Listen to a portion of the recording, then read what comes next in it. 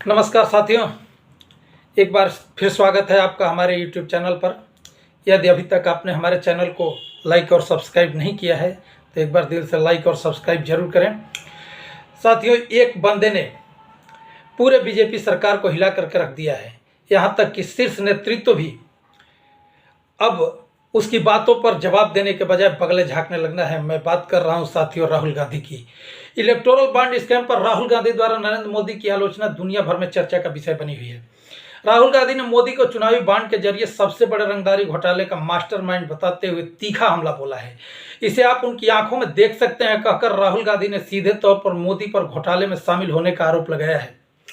इससे पता चलता है कि कांग्रेस के स्टार प्रचारक राहुल गांधी चुनाव 2024 के प्रचार अभियान के दौरान शब्दों में कोई छेड़छाड़ किए बिना सीधे मोदी से लड़ाई लड़ने में निडर हैं। मोदी के बयानबाजी के विपरीत राहुल एक निडर योद्धा की तरह अपने संदेश और दृष्टिकोण को प्रभावी ढंग से संप्रेषित करते दिख रहे हैं। राहुल के घोषणा पत्र में न्याय की 5 गारंटी, 25 विशिष्ट वादे जनता के बीच में गूंज रहे हैं। 30 लाख नौकरियां, MSP, महिला सशक्तिकरण, जातिगत जनगणना आदि के वादे व्यवहारिक और लोगों के मुद्दों को सही मायने में संबोधित करने वाले माने जाते हैं।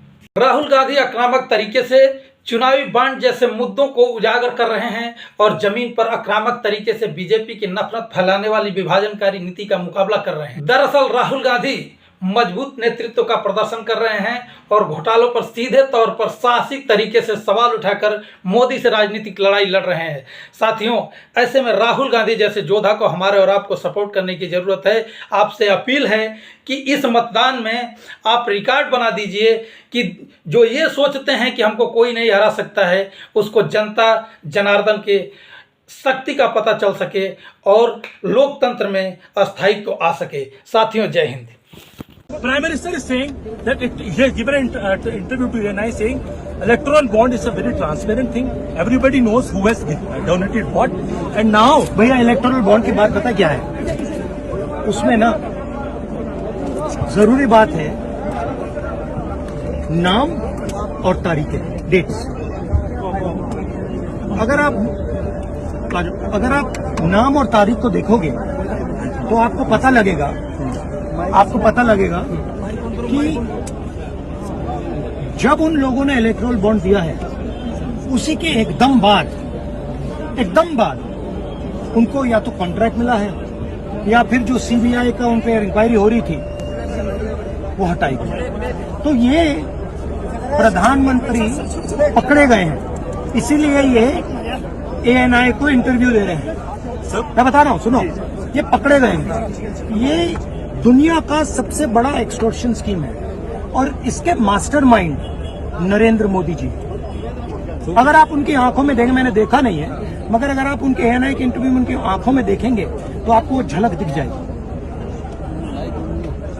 सब ये कह रहे हैं कि जो लोग आज इसका विरोध कर रहे हैं ना, वो कहेंगे बाद में पछताएंगे इस स्कीम के लिए। विरोध की बात नहीं है। देखिए, आप प्रधानमंत्री से कहिए कि वो ये समझा दें कि एक दिन CBI की इंक्वायरी शुरू होती है, उसी के एकदम बाद उनको पैसा मिलता है और उसी के एकदम बाद CBI इंक्वायरी बंद हो जाती है।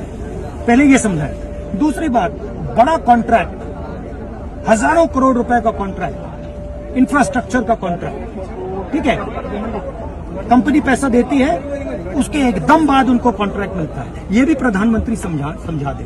ओके, सच्चाई है कि एक्सटॉर्शन है और नरेंद्र मोदी जी ने ये पूरा मास्टरमाइंड किया। Thank you. ओके, एक सवाल मेरे से। नहीं भैया, थैंक यू।